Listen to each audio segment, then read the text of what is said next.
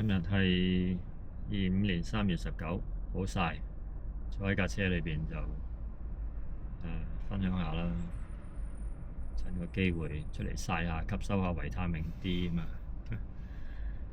嘛。繼續用我呢部新玩具去拍都幾 versatile 啦，即係咩場景都用得下。今朝收睇咗香港 YouTuber 交涉講呢個攝爬嘅數據啦，講得好好啊，成日都有呢啲分析，講即係主要都係睇到大相機嘅趨勢，或者相機嘅趨勢、銷售量，唔係話有太大嘅升幅啊等等啦。咁即係作為我哋攝影都買唔少玩具啦，大相機咪玩具一種。咁我話俾一個睇法就係話，大相機咪走專業路線啦。咁專業嘅人始終唔係多噶嘛。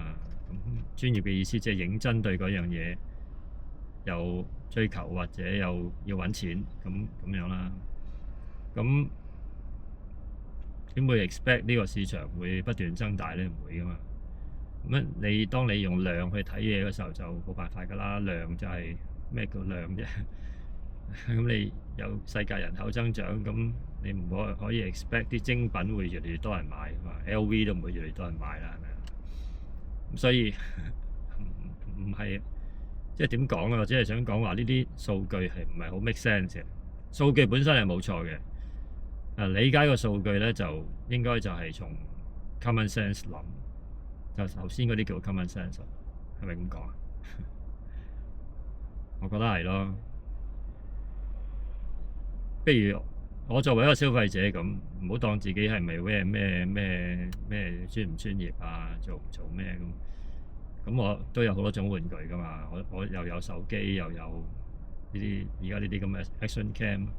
錢多少少買部 Pocket 3添，咁即係咁咩都玩下咁。但係唔同環境係用唔同嘢。咁你而家即係 draw 啲 conclusion 就話，大機嘅趨勢就乜就 stagnant 或者跌或者成咁沒落啦。咩唔 make sense 喎？唔會噶嘛。即係你人類追求嘢嘅工具玩具都會即係有唔同嘅定位噶嘛。我拍下。呢啲咁嘅小手機咁、小相機咁唔等於我唔拍呢個大機攞翻出嚟去，即係取代唔到噶嘛。就亦同時間你又睇到啲小咩 Ultra 15啊嗰啲小手機，又唔係相機，唔係手機，又走去做翻大機嗰啲咁嘅 form factor 啊，整個咁樣嘅病啊咩都好啦。咁呢啲我哋睇到，即係其實。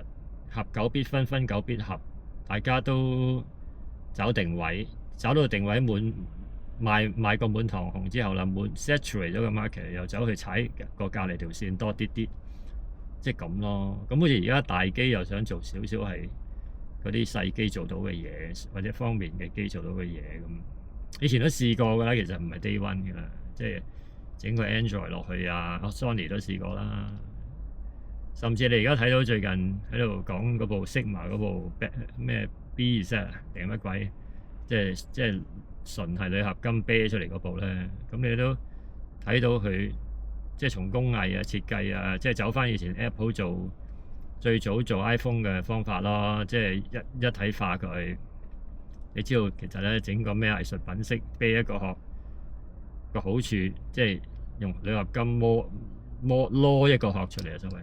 個好處就係唔使裝嵌啊嘛，即係我假設佢係可以有方法攝嗰啲線路板入去啊成咁啦，即係唔使嗰啲咁多手工去搞咁多嘢啊，即係減少人手咯，生產線可以咩啲啦，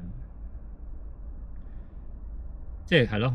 咁變咗我想講嘅就係我影下呢啲小手機，亦都唔等於唔即係。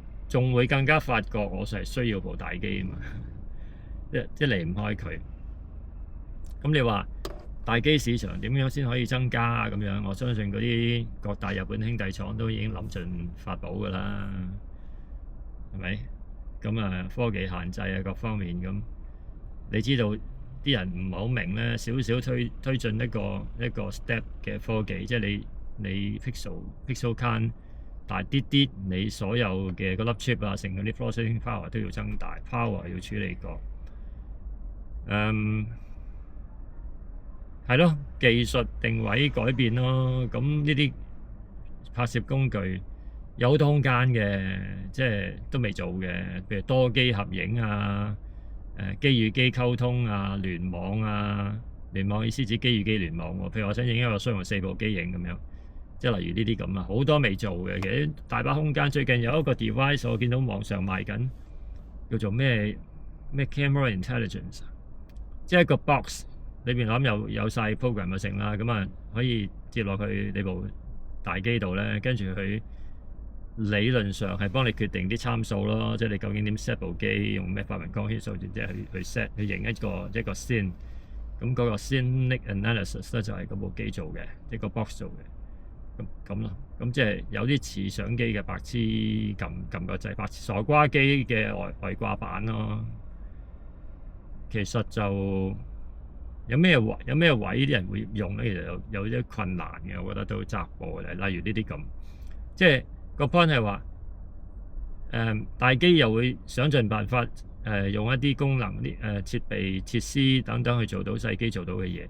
咁你話重量只係一個問題喎，咁自然有唔介意重量嘅場景去用嗰啲機啦。所以其實呢啲即係啲成日都 FAQ 嘅問題啊，講咗2萬年。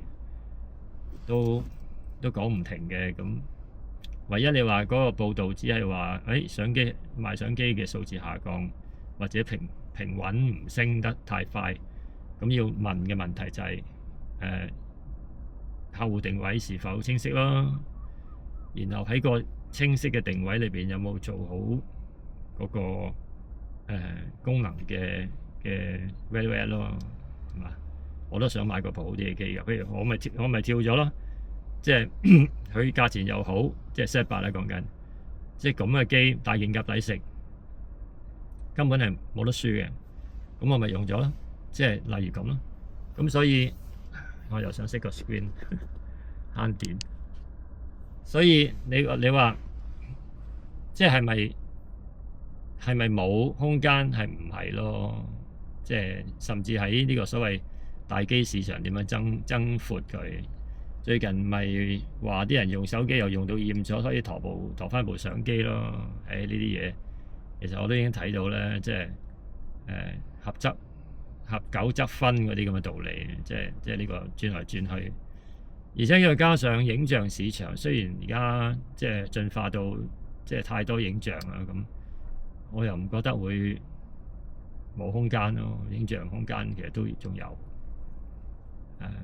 而且更加走向創作空間，即係因為太多啦嘛，即係你相同嘢太多，咁人要更懂得去榨汁咯，去喺即係一個空間、一個天空裏邊去揾一啲我哋即係比較少發現嘅嘢，咁其實都係幾挑戰性。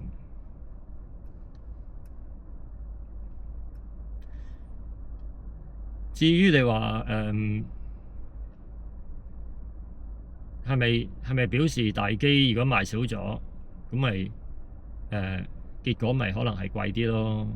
而家下一波都未講中畫幅，而家中畫幅Fuji 嗰啲已經 GFX 啊、GRX 啊、GF 唔記得咗 GRF 都已經試咗一輪啦。我有錢我都想買啊，係咪？即係如果個 budget 可以跌翻落嚟，好似而家嗰啲咁，我一早跳咗槽啦。咁但係冇嘛，即係仲係鏡貴啊，機都唔算太貴，都係鏡又要貴啊，一大輪 ecosystem 嘅要考慮啊。即係未係時候，但係佢會係時候，亦都唔代表 Sony 嗰啲 semiconductor 啊、嗰啲 CMOS 會冇呢啲能力。可能一早已經有，但係唔係適當時候推出呢樣嘢咯。係嘛？即係由 APS-C 調去 full frame 都未絕對化咗，未即係而家都叫做晾住，咁變咗就無謂再整啲更大 format 嘅出嚟去獻世啦，搞到個市場更加diluted，即係佢哋嘅策略即係咁啫，所以我絕對唔怕。你諗下，如果手機放個 medium format 落去，冇可能啦，係咪？咁唔係冇可能嘅，應該話有排追啦。即係而家佢有咩二億嗰啲嘅啊？唔係喎，都好似話有喎，所以我都唔敢 big mouth 喎。而家有個2億像素、2億像素嘅 Tele 噶嘛，咁我唔知係點整。咁佢有一個分析係 Samsung 嗰部，好似真係嗰個 chipset 有個 native resolution 有咁高。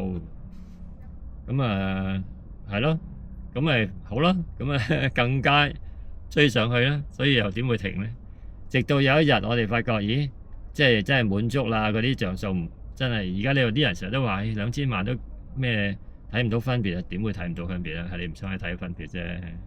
我求其揾部 YouTuber 上面講嗰啲，我冇嗰部機啦，揾部1億嗰部 GLX 咩100嗰部上去睇下佢啲相，都已經發覺好大分別啦，喺個電視畫面度。都未去到自己即係摸上手，所以咪好恨咯。但係就忍手，唔好再跌入去呢個坑度，因為呢啲鏡全部都要重新入過，又唔係咁即係始終你得一間廠做咧。如果多幾間廠咁有競爭，冇啊嘛，咁你冇競爭啊，曬食住貴嘅。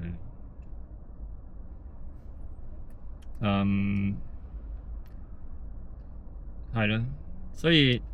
聽咗今朝呢個報導，咁我自己又有感而發咧，覺得即係分享下同大家，即係對呢個相機、手機各種工具嘅前景咧，都係一片樂觀啊！我覺得其實雖然你話眼下，咁你話眼下日本兄弟廠做得太耐啦，咁雖然佢哋本身良性競爭下邊都有好多新產品啦，但係早排我都講過啊，好多框嘢的確係跳唔出嚟嘅，咁。體重減輕嗰啲一件事啦，嗰啲Sony已經做咗好耐啦，大家都做嘅。但係系統化、模組化、開放平台化、開放服務接點啊，嗰啲 API 嘢，啲全部都係可以做咯。變咗多啲 third party 可以參與，好似個手機 Android 個 ecosystem 咁。咁咧有例都唔參考下，咁有好多嘢可以發展啦。如果你有好嘅 API 係咪？咁呢啲希望呢啲或者甚至於其他國家嘅廠會加入戰圈嘅時候就激活呢個咁嘅工具世界，做多啲嘢啦。唔好成日都走來走去，搞嚟搞去都係支牙膏。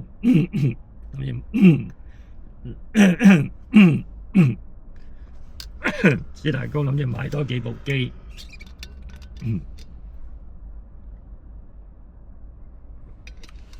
諗住買多幾部機做 number， 但係就冇真正嘅 innovation 咧，咁係唔好得。咁所以要賣到機咧，譬如你睇下，即係對上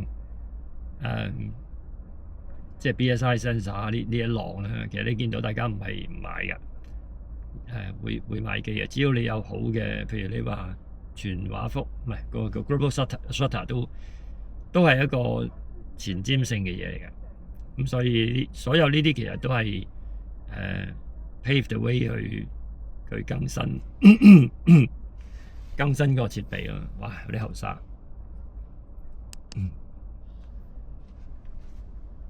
總的嚟說前景樂觀。我相信持有而家器材嘅。以前可能持有5年嘅嘢，而家可能會持有2到3年咯，即係就要換，所以就好好利用咯，多啲用你嘅器材或者我嘅器材，多啲用我嘅器材，做多啲所謂作品或者 memories， 然後好好咁樣去賣出去，再睇下 innovation 帶我哋去邊。好啦，講到咁上下啦，再見，下次再談。今次又收唔收到掣先？